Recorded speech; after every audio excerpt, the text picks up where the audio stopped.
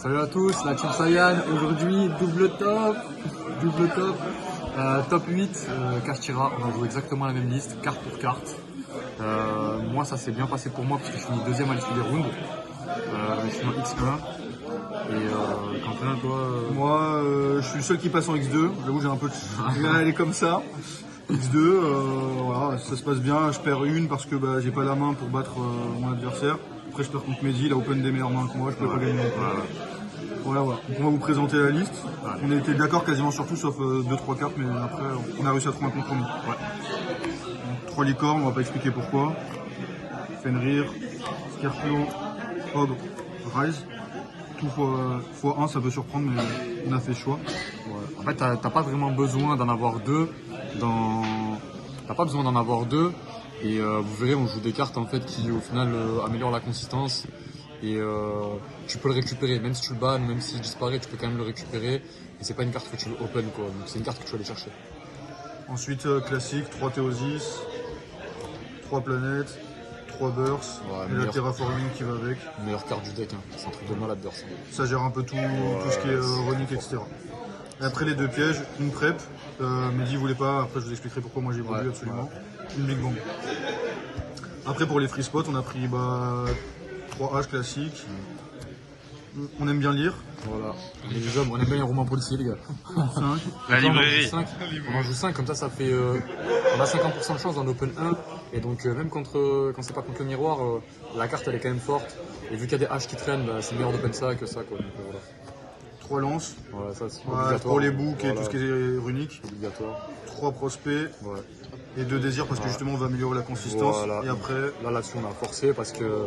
Il n'était pas convaincu, Quentin, comme la carte qu'il va vous montrer juste après. Moi, je n'étais pas convaincu. Au final, moi, aujourd'hui, elle a été incroyable. Elle m'a fait des games, j'ai récupéré des free spots. Enfin, c'était débile, quoi. C'est trop fort. Et 3 shifters. Moi, je vous expliquerai après pourquoi moi j'ai voulu shifter, mais voilà. Ensuite, pour l'extra. Donc, le main deck 40, hein. Main deck 40. L'extra, 3 Rise. Obligé d'en jouer 3. Contre le grind game en miroir, c'est trop fort. Double Zeus parce que Cash il existe, donc t'es obligé d'en jouer 2. Double Shangri-La. Au final, moi je l'ai fait pas mal de fois parce que j'ai mangé beaucoup d'interruptions. Et le fait d'avoir terrain plus Shangri-La, c'est juste trop fort. Si tu spec rire, c'est compliqué pour les gens. Double Big Eye, toujours pareil, trop fort, que ce soit miroir ou pas, et Cash l'existe, donc t'es obligé d'en jouer 2. Les One-Off, Dark Arm Dragon, Diablosis, Dracosac, Jerskill Drain. Jerskill Drain. Ça pour ravager le deck adverse et pour prendre les informations. Et lui, juste trop fort parce qu'il banne Théosis, remonte 1, dégage le terrain. Tu peux d'abord battle et après déclarer effet, du coup tu peux tenter de faire des deux associés, c'est cool. Et après, target à prospect, classique, MTS et le Merce fourrure, toujours pareil, hein. Il y a des Iblis, des contactés, des saloperies qui traînent. Donc, le Merce fourrure. Je perds ma game contre Scarclo et en fait, si j'avais fait ça, je suis un lardon. Si j'avais fait ça, je regagne direct les 2 games. Donc voilà. Après en side, classique, 3 Evony, 2 cyclones. Le Bacro. Pour Puppet au cas où, et puis même tout ce qui est Despia et tout, c'est pas mal. Nous on n'aime pas jouer aux poupées les gars, hein. Pas de Puppet. Hein. C'est bon. Et Fontaine, pour Runic contre Fontaine, Matmec aussi. 3 jugements, je protège l'Evony. Le doigt. Le doigt. Le doigt. Et après, Je l'ai pas vu de la journée lui. Et c'est là où. Voilà, 2 Kaiju avec un Pancra. Ouais. Et là, 2 Kaiju parce que c'est fort et Pancra parce que ça met la pression contre un peu trop de deck en fait. Et contre Sprite, Tu le spé, tu peux battle après le cost, ça met vraiment la même pression. contre le mec qui fait Rise Pass, du coup tu spé et il commence à transpirer tout seul le poteau. S'il n'a pas réussi à récupérer Goliath, et après du coup comme il se coste, il n'y a plus rien sur le terrain, tu peux quand même jouer spé, licorne, c'est juste trop fort. Donc voilà, nous au niveau des match-up, ça a été plutôt varié. Hein. J'ai joué un cash en round, un sword soul, en fait j'ai joué vraiment de tout. Ouais, moi c'est pareil. Juste j'ai tapé 2 caches, donc Angelo, si tu regardes cette vidéo, t'avais raison. 14% de représentation, ça fait 2 ou 3 caches max. Donc voilà.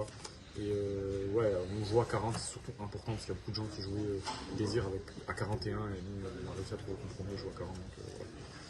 Après moi j'ai voulu jouer shifter, alors je sais que c'est pas forcément une bonne carte parce qu'il y a cash tira, mais en fait je me dis, comme on a dit avec Angelo, si t'as 15% de cash, ça te fait grand max 2, si t'as vraiment pas de chance, tu en tapes 3 dans les rounds. Et l'objectif c'est quoi? C'est-à-dire sur 6 rounds t'en tapes 2, c'est-à-dire que sur 8 rounds t'en as 2. Donc c'est-à-dire que t'as 6 rounds où t'as pas de cash et donc forcément t'as des rogues ou des decks qui vont se le prendre fort dès la première game. Et ça peut surprendre super fort, genre moi ça m'arrive 2-3 fois, je l'ai résolu en en première, en stand-by, le mec, bah, limite, il a même pas cherché à comprendre. Je crois que toi, tes 3 premières games, le mec il a fini max 10 minutes. Ouais. Je commence la game 1, je le vois, il est Tout le temps le premier à se lever. Ouais, c'est incroyable. Je me suis levé au bout de 7 minutes, 14 minutes et encore 6 minutes, je crois. Moi, je tombe contre Macmec à la dernière et Shifter main deck, il a bégayé. Et voilà, quoi. C'est juste, ça attrape des gens, ça empêche des gens de jouer. Parce qu'en gros, ça empêche d'avoir des gros boards. Ça fait des semi-boards. Et les Ninja Cash en lui-même, il remonte les boards costauds. Donc voilà, ça remonte les semi-boards et c'est plutôt fort. Donc satisfait de la liste. Moi, je suis content, franchement. Franchement, Peut-être changer 2-3 cartes dans le side, mais on verra. Voilà, bien tourné en tout cas. Voilà. Écoutez les gars, merci à vous. Voilà, à bientôt sur la chaîne pour les prochains tops. Allez, ciao.